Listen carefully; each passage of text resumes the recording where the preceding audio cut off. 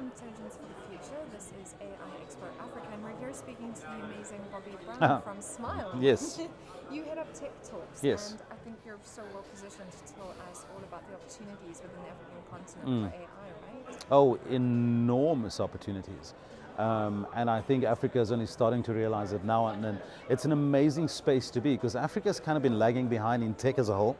The world has been marching on, and we've been trying to catch up. And I think what Africa doesn't realize is it's both a good and a bad place to be at the same time, but more good than bad, because this allows Africa to actually leapfrog a whole bunch of technologies. We don't have to go back to whatever is outdated of 2 or 3 years ago. We can simply adopt what is current and what is relevant and what is now, and move ahead with that and apply that in an African context, which is fantastic. I think Africa is now the very first continent, and I speak under correction, but it's the Kenyan Minister of AI. Well, he's not technically the Minister of AI, but it's within his portfolio to promote AI in Kenya, and they've actually started a smart village just outside Nairobi, which is fantastic. You know, and I hope this becomes an example of what can be done, because think about it, Kenya didn't have to go through any of the other iterations. They could simply just go straight to AI. They didn't have to bother with anything that came before it. They didn't have to bother with all the build-up towards smart villages. They could jump right in. So this is a wonderful place to be, and I hope that other African countries seize the opportunity and follow Kenya's example. Do you think that South Africa is, or do you think we're lagging behind a bit? Africa as a whole lags behind, but South Africa as a whole, as a country, I think, tends to adopt fairly quickly. So I've noticed that because I suppose how we are positioned, we tend to adopt technology fairly quickly and innovate in some cases. So there's many innovations, especially in the medical field, that happens here in South Africa at Grootersdorp Hospital, at Tygerberg Hospital. We innovate in the areas of space, believe it or not. Telemetry is our thing, so whenever SpaceX or NASA or whoever goes up into orbit, the South African Space Agency is there giving support, which is one of those kind of backroom things that we do that nobody ever talks about. As I said, medical technology we lead in, business technology we tend to be a forerunner in, so there's many spheres of technology where we are actually well ahead of the pack. And I think because, again, of the way we're positioned, because of our unique challenges, we will actually be able to implement quite a bit of tech before anybody else does. Take our crime, for example. It's a horrible thing. I mean, we've got terrible, terrible crime stats in this country, and we lead the world currently in preventative measures when it comes to crime, armed response and security and so on. So it's probably very productive for us to look at some of the technologies that's been presented here by Hikvision, for example, of how to combat crime. And I just imagine if we implement that successfully in South Africa, and it works here for us, we would be the first country to do it at that scale. And other countries, whether they're African or otherwise, could follow our example. So I think in many spheres we are placed very uniquely to take technologies that may have been developed elsewhere and implement them successfully here first. And to implement them as African solutions. Exactly that. Trying to use a plaster. Exactly that, yes. And your personal enjoyment of this landscape, of this tech landscape, where did that come from? I've only recently realized that it's actually since childhood. If in another life I would have been an astronaut now, in another life I would have been a retired astronaut now at my age, but my dream was to fly into orbit as a kid. I didn't associate that with technology at the time. I just thought, you know, this is what I'm going to end up doing. And I've always been a tinkerer when it comes to things that tick and mechanical things and radios and so on and so forth. I wanted to figure out why they work and how they work, and most importantly, can I put them back together again? And that's kind of followed me throughout my life. So this is a natural progression from childhood curiosity and understanding, looking back. I think we're in a very unique position, this generation especially, having lived through so much technology in such a short space of time. It's never happened before in history.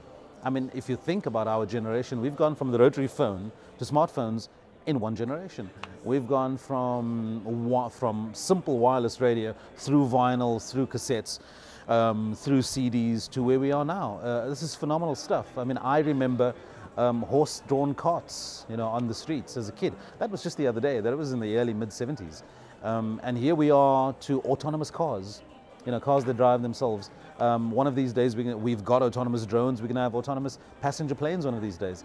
So it's phenomenal to be able to live in this time, and not to be curious about it, I think, would be a great injustice to a curious mind.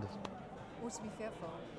Absolutely. One's got to, like all technologies, you know, explosives were developed with a very good intent, you know, to make mining easier. And then you take that and you apply it in another way, in a way that's insidious and bad. So everything, not just technology, everything can be applied in a way that's inhumane and negative and bad. So yes, we have to caution against it. And that is part of the human condition. You know, we have this dark side to us that if somebody comes up with a brilliant concept, somebody somewhere is going to look at that brilliant concept and go, how many people can I slaughter with this? Yes. We need to temper that, absolutely.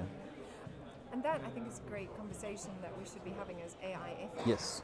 And how do we ensure that technology has Absolutely. the ethics that we want put into it? Because theoretically, I mean, if you are an AI developer, if you're an AI programmer, you could, in theory, program a robot to kill people, if that's what you chose to do. You could have an army of robots if you like, if you're smart enough. And I mean, evil people can be smart.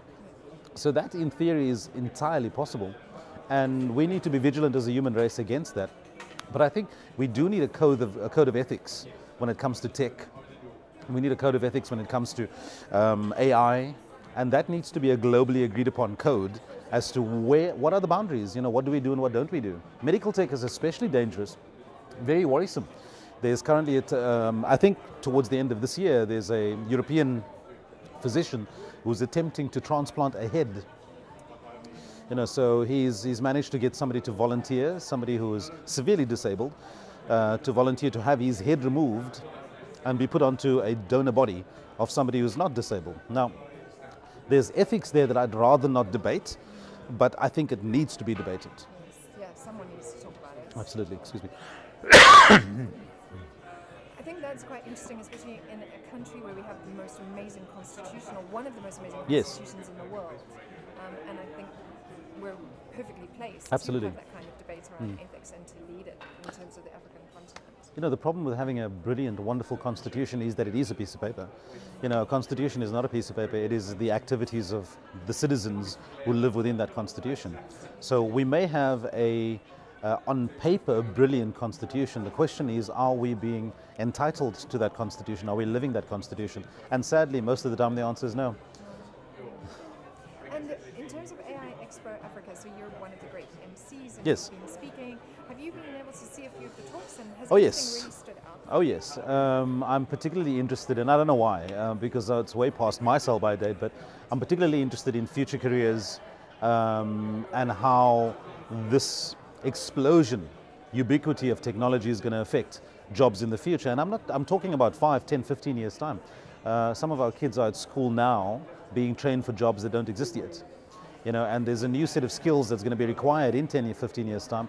There are jobs that's going to be around in the next generation that you and I can't even imagine today. So how do we train our kids for that? And that fascinates me. And how do you position yourself as a 15-year-old, as a teenager today? How do you position yourself and train yourself for this unnamed, mysterious job for when you're 30? You know, because that's what you're going to be doing. And how do you prepare yourself as best as possible for that? So that fascinates me. I really would like to get into that field a little bit more and to help in whichever way I can with the messaging, speaking to the young people, trying to translate this very jargonized conversation that geeks often have. You know, they speak about IoT and they speak about deep machine learning and big data and AI, forgetting that there are lay people out there, young people out there, who hear it, they hear the concepts, but they don't understand it, they don't know it. They don't know what you mean when you say deep machine learning. And that education needs to happen as a matter of urgency if we're going to be up to the task of tackling this high-tech world that we're busy building. That's true. I'm so glad that you're on the journey with us, though. Yes. That helps a lot. So. Look, my job is messaging, my job is education, my job is journalism, reporting, and I have made it my job to try and bridge this divide between what the very clever people say and what the normal people understand. And I think that's an important space to fill. And that's desperately needed because, like you're saying, the Constitution resides in the people, and Yes. people need to hold other people responsible Yes. for what's happening. Absolutely. And look, I mean, it's our job as those who are able to see it clearer than others to make them aware of it. You know, so people like me hopefully see it a little bit clearer than the teenagers of today. and their parents perhaps. So I'm hoping to make it my job to make them aware of this thing that's happening, that they're living in right now, and how to seize the opportunity. Otherwise, we are going to have another generation of people, of adults in 20 years' time, who are unemployed, who feel unfulfilled, who feel useless, who are unable to contribute to this new economy, and we get left behind. And wouldn't that be sad? That would be very sad. But I think we're getting there. Yep, I think so too. Thank you so much. It's a pleasure. It's been such an honor. Thanks for the chat. Same here.